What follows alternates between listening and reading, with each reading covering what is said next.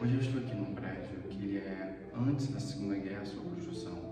Porém, ele demonstra bem como era a estrutura física para a habitação das pessoas no período de pré-guerra e pós-guerra. Já que hoje a maioria desses prédios eles também são utilizados como hostel, escritórios, depósitos e alguns ainda têm residência. Alguns outros, claro, que estão em outras áreas que eles já são mais novos ou então que eles tiveram uma reforma bem melhor, esses ainda hoje se utilizam como residência e são apartamentos muito bonitos, por sinal, já tive a oportunidade de conhecer alguns deles. Mas esse prédio, especificamente, ele está numa área próxima de uma região da Cracóvia, a qual habitava uma grande comunidade judaica.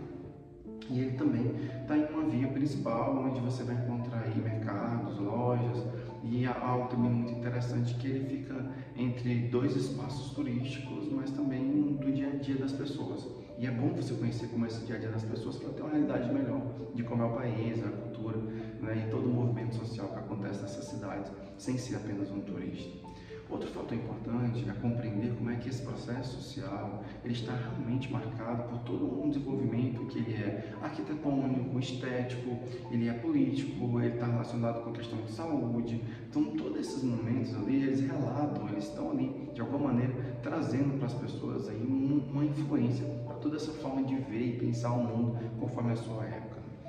Quando você pensa sobre a psicologia das massas, você vai encontrar então um conceito relacionado a grupo. Esse grupo ele constrói uma ideia, uma ideologia e ali ele começa a fundamentar toda a sua prática que ele vai constituir para convencer pessoas a aderir a determinados pensamentos. E muitas vezes, quando a pessoa começa a ouvir esses grupos, ou muitas vezes também relacionados a um indivíduo, que seria uma perspectiva extremamente individualista, messiânica, onde o sujeito vai salvar o mundo através das suas ideias ou das suas palavras, você começa a ver pessoas que elas não começam a ter mais um crivo, elas não começam a ter mais um filtro, elas não começam a pensar sobre o que está sendo falado, elas apenas aceitam o que está sendo falado. Daí vem essa origem das fake news. Outro aspecto também que acontece nessa psicologia das massas é que as pessoas são convencidas pelos outros daquilo que está sendo falado. Ela não ouviu, ela nem viu, mas alguém fala para ela o que aconteceu e ela simplesmente aceita.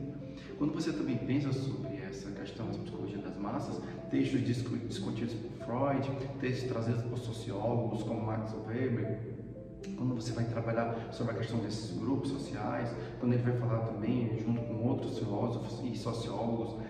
e antropólogos também, sobre as discussões que estão marcadas sobre esses grupos, e aí você vai encontrar autores que estão sempre tratando, como Gates, sobre os grupos sociais e religiosos, como é que esses pensamentos vêm influenciar a forma de pensar no mundo, como Emile Durkheim, ou também quando você vai começar a fazer uma construção de uma análise desses grupos e as suas relações com os individuais e como é que elas influenciam a formação social, cultural, coletiva, você vai perceber que todas essas ideias elas estão sempre marcadas por um convencimento de que o ideal é este e na verdade essa é a única ideia que pode prevalecer. Então ela não aceita nenhum tipo de contraditório. Então quando eu penso sobre a psicologia das massas, ela busca convencer as pessoas a não apenas aceitar aquela ideia, mas compreender que ela é a única ideia possível para trazer uma revolução. Quando você pensa na perspectiva ideológica, ela pode ser política, ela pode ser religiosa, ela pode ser relacionada com uma perspectiva espiritualista, ela pode ser marcada por uma perspectiva de dominação,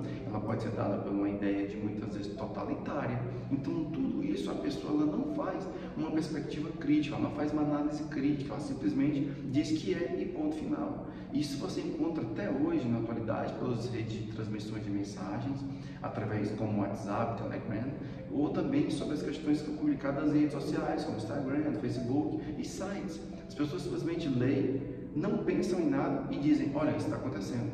Quando eu penso sobre a psicologia das massas, eu tenho que entender que essa ideia, ela busca sempre ser uma onda. Ela quer que aquela ideia saia, ela dispare e ela vá até o seu final sem ter nenhum tipo de empecilho, sem ter nenhuma barreira. E isso é muito ruim quando o ser humano não faz uma análise crítica, porque ele começa a ser conduzido, ele perde a sua autonomia, não valoriza a sua subjetividade e não entende que a vida é muito mais complexa do que está sendo falado. Por isso a questão coletiva e social tem que ser analisada com muito cuidado para que nós não venhamos a aderir a ideias que venham a chegar a iniciar conflitos como a Segunda Guerra Mundial e matar cerca de 60 milhões de pessoas. Então, pensar sobre a psicologia das massas é compreender que essas ideias são propagadas até hoje. E, claro, toda ideia, todo pensamento que nós propagamos, ele é coletivo, ele torna-se um grupo ali posteriormente. Porém, a questão é o seguinte: quando eu penso sobre uma ideia como as que eu defendo, que eu estudo, que eu pesquiso, eu tenho que pensar que ela tem que revalorizar a outra, ela tem que partir de um pensamento que seja discutido coletivamente, onde o outro tem voz, não apenas ouvido, e eu tenho que pensar também que esse desenvolvimento é contínuo, ele não é algo que é ad eterno. Então, todo pensamento, quando ele não valoriza a questão de liberdade, de autonomia e de pensar que o outro também tem possibilidades, tem potências que pode contribuir para mim e para aquilo que eu estou até tratando também, eu deixo de valorizar isso e aí eu começo a ser alguém que traga uma ideia totalitária. E com isso eu vou perdendo o que o ser humano tem de melhor, que é a liberdade de produzir e de ser quem ele quer ser.